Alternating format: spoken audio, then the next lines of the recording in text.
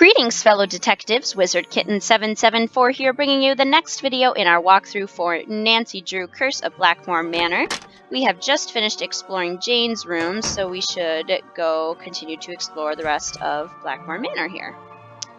We already talked. What's down this hallway? This must be Mrs. Drake's room. Mrs. Drake's room. Can we go in? Guess she's not in her room. Can we go snoop in it anyway? That sounds fun. What the?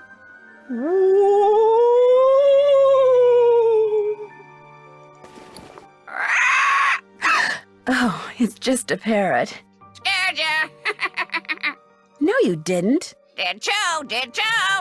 What's your name? Loulou, Loulou, Loulou, Loulou, Oh Loulou, my goodness. Okay, I get the point. Loulou.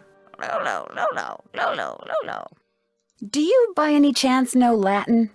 Quiste rogavit, bene vidi vici, semper ubi sub ubi, morituri status. I'll take that as a yes. Would you mind translating something for me? Fire away. Equinoctium autumnalis. The longest day of the year is solstitium, the summer solstice. The shortest day is bruma, the winter solstice.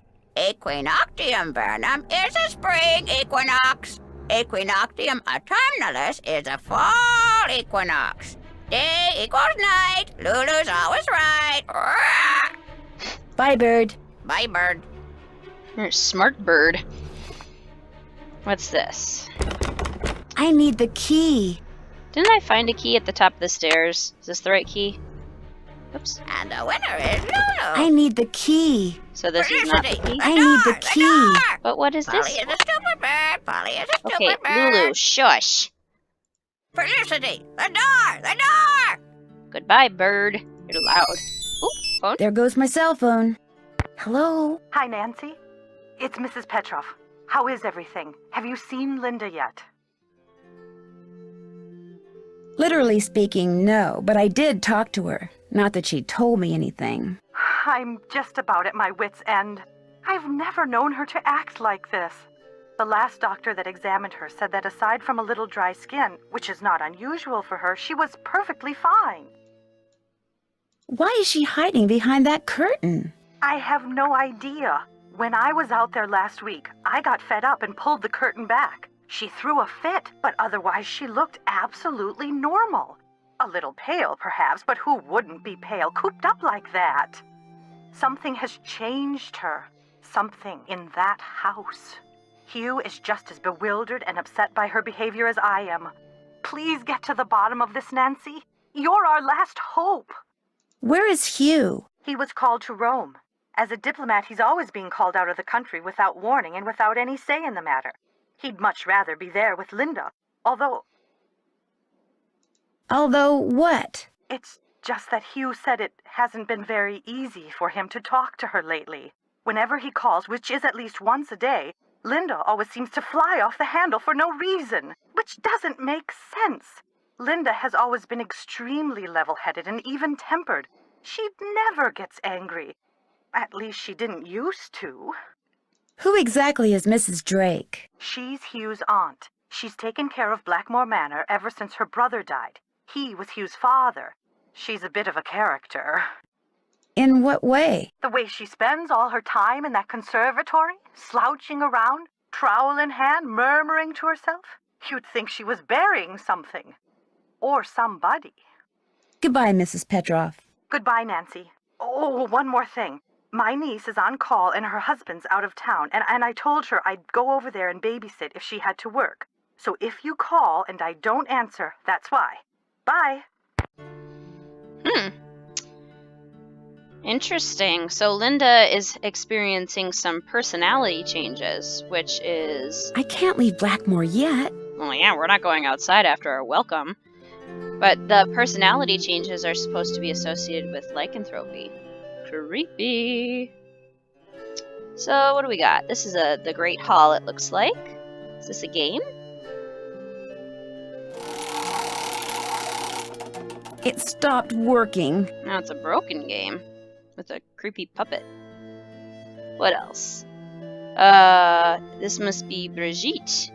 Oh yeah, because this is the same coat of arms in our room. Portraits of all of the Penvillans, it looks like. Very interesting. Some more down here. Huh. Or all of the Penvillans that were heirs to this estate. This must be Hugh. So this must be Al, and this must be James. Jane's. I said James. Jane's grandfather.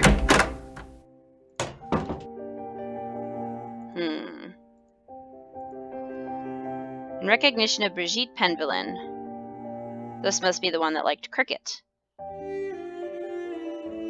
Wonder what happened in there. Please stay out of the kitchen until the fire damage is repaired? It's not good. How are we gonna get food? What if I get hungry? Ooh, there's a bunch of crests without any pictures. There's a couple more. Have to go in that door in a second. We do have, if I can get to it, this column here. Looks like a piece is missing. And I think we have that piece. Oh, they open. Weird. So we want something to fall down into this. So we'll leave it like that. Let's go down through this door. What do we got in here? Oh, the conservatory. I love how the footsteps sound on the metal stairs. This is an impressive conservatory.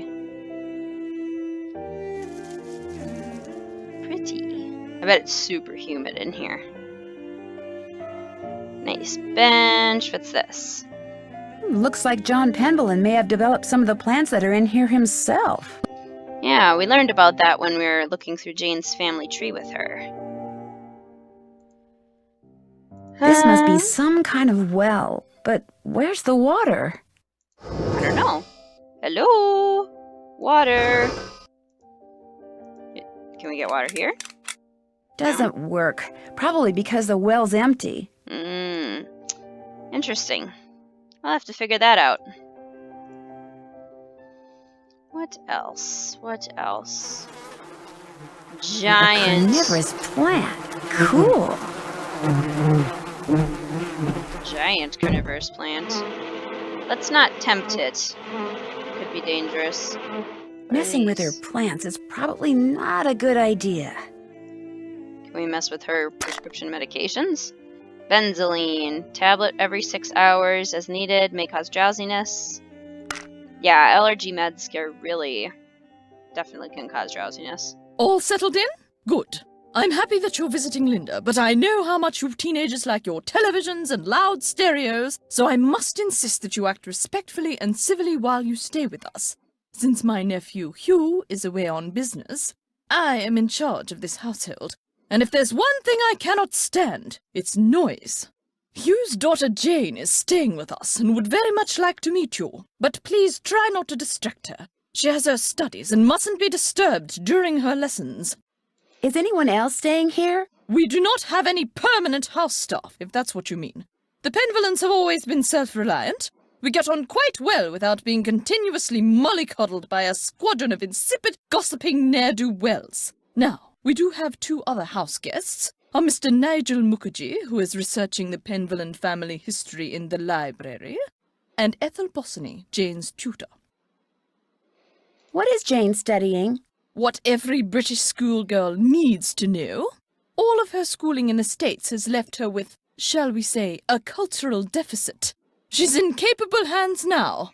Ouch.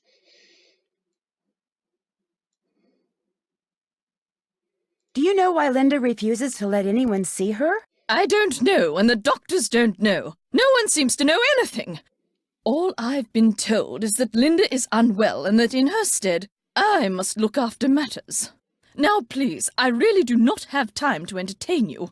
You may have the run of the house, but do not break anything, and refrain from mucking about with items that aren't yours. 2 rules Jane seems incapable of following. And before I forget, Our kitchen is being remodeled, so our dining situation is rather unorthodox. I've made arrangements with a local restaurant to deliver meals to us. There should be a programmed number for them on the phone in your room. Feel free to order whatever you'd like. I'd like to play the card machine in the Great Hall, but it's broken. It's not broken. I removed its crank, as it was proving to be too much of a distraction for Jane. I suppose I could see where it's gone to. But in the meantime, be a dear and do something for me, would you? Sure. Do you see that hodgepodge of plants over there? They're my prize seedlings. I had them perfectly arranged in that box, so I could easily move them about to catch the light. Unfortunately, Jane took all of them out when I wasn't looking, and now for the life of me I cannot get them back in the box so that they all fit. Why don't you give it a try while I see about that crank? If we both succeed, we shall both be happy, if you catch my meaning. Remember, they must all fit in that box! Must all fit in the box. Alright, I think I can make that happen. So, one thing to know about this puzzle here is that they don't necessarily have to line up perfectly. Like, you can smudge them over just a little bit to get a really snug fit. Like, see how these black lines are overlapping? The pots are overlapping a little bit. Once you see the hand go away, you can no longer do that, but otherwise it's totally okay. Let's see. We need to fit all the plants in here.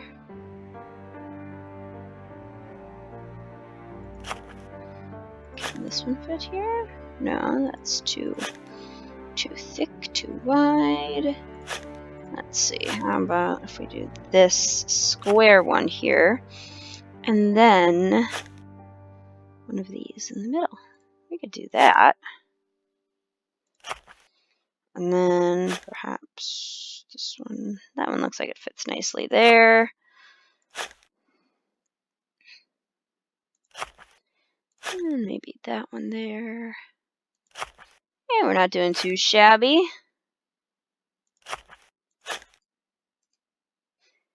You can right-click to rotate. See, and here is where I might be inclined to squish a little bit. But maybe I won't have to. Oh, come on, I'm so close. Squish. Squish, plants.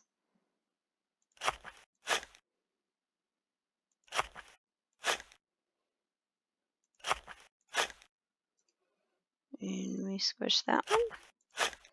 And maybe that one.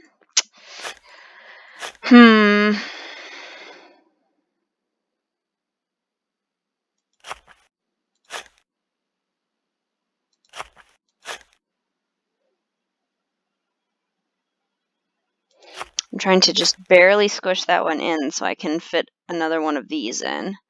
But I don't know how well that is going to work for me. Maybe like that. No, that's not going to work. Oh, come on. We are so close. So close. This one. Let's try putting this one over here. And maybe this one next to it.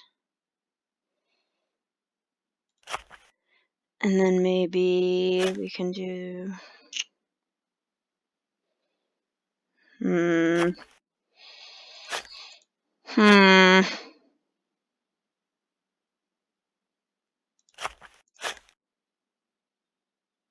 Come on, it's so close. Maybe like that. Square.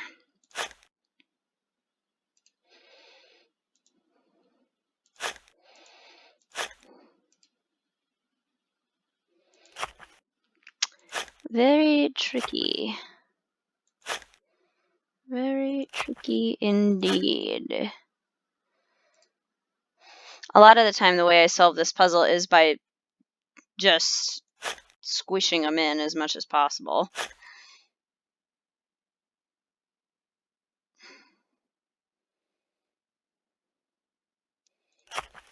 Line that one up a little bit better. Maybe line that one up a little better. Maybe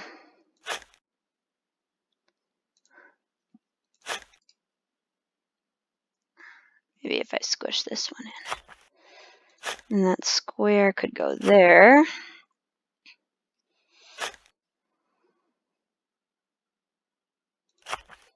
Put another there. Or we could do...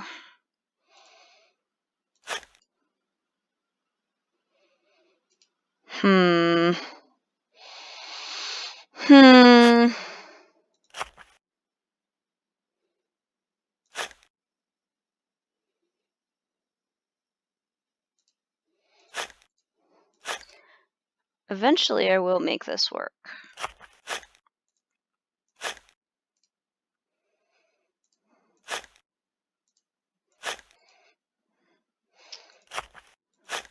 Can't have any wasted space.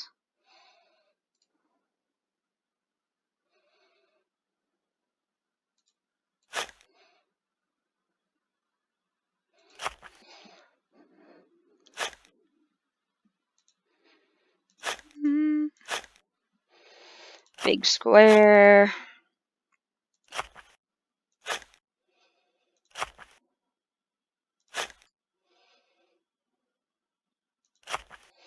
Could go there. That one could go there. Maybe there. That's a square. Oh, I think we got it. I think we got it. Aha! There. There. We did it. Now let's snoop. What's over here? Letter? Ooh! Hey! Maybe I should try feeding it something. I don't have anything to feed it. Speaking of food, though, I bet Nancy's hungry. And Mrs. Drake isn't back yet, so we can head back up to her room. We'll order some food and then maybe make some phone calls. We'll probably end up doing that in our next video, so this one doesn't get too long. You can hear Loulou over in the corner being weird. Alright, let's see. Where's the cook? Cook. Boar's Head Pub, this is Tommy. Hi, this is Nancy Drew. I'm supposed to call you if I want some food. Right. Nancy Drew, out at the old Blackmoor Manor, are you? Coo, you must be Hank Marvin up there. Pity about your kitchen, but we'll fix you up for some Bexin posh. Just tell me what you'd like. Okay. What do you have? We've got some loop-de-loop, bangers and mash, a real fine pinky and perky, and a delicious dog's eye, me fork and knife, just rubber-ducked. Hello? Could you repeat that? Sure, we've got some loop-de-loop, bangers and mash, pinky and perky, and a dog's eye, and they're all Robin Hood. Gee, I'd like some pinky and perky, please. Good choice. Uncle Fred and Johnny Rudder? Okay. All right then, we'll come round and leave it at your Rory. Oh, and we've got no hot potato about, so it may take a bit, but we'll have it up to you in no time. Fish and taters. So Tommy at the Boar's Head Pub speaks with the Cockney slang, which is kind of fun. So in our next episode, I think we'll make some calls and hopefully we'll get our food. So I will see you then, fellow detectives. Thanks for watching.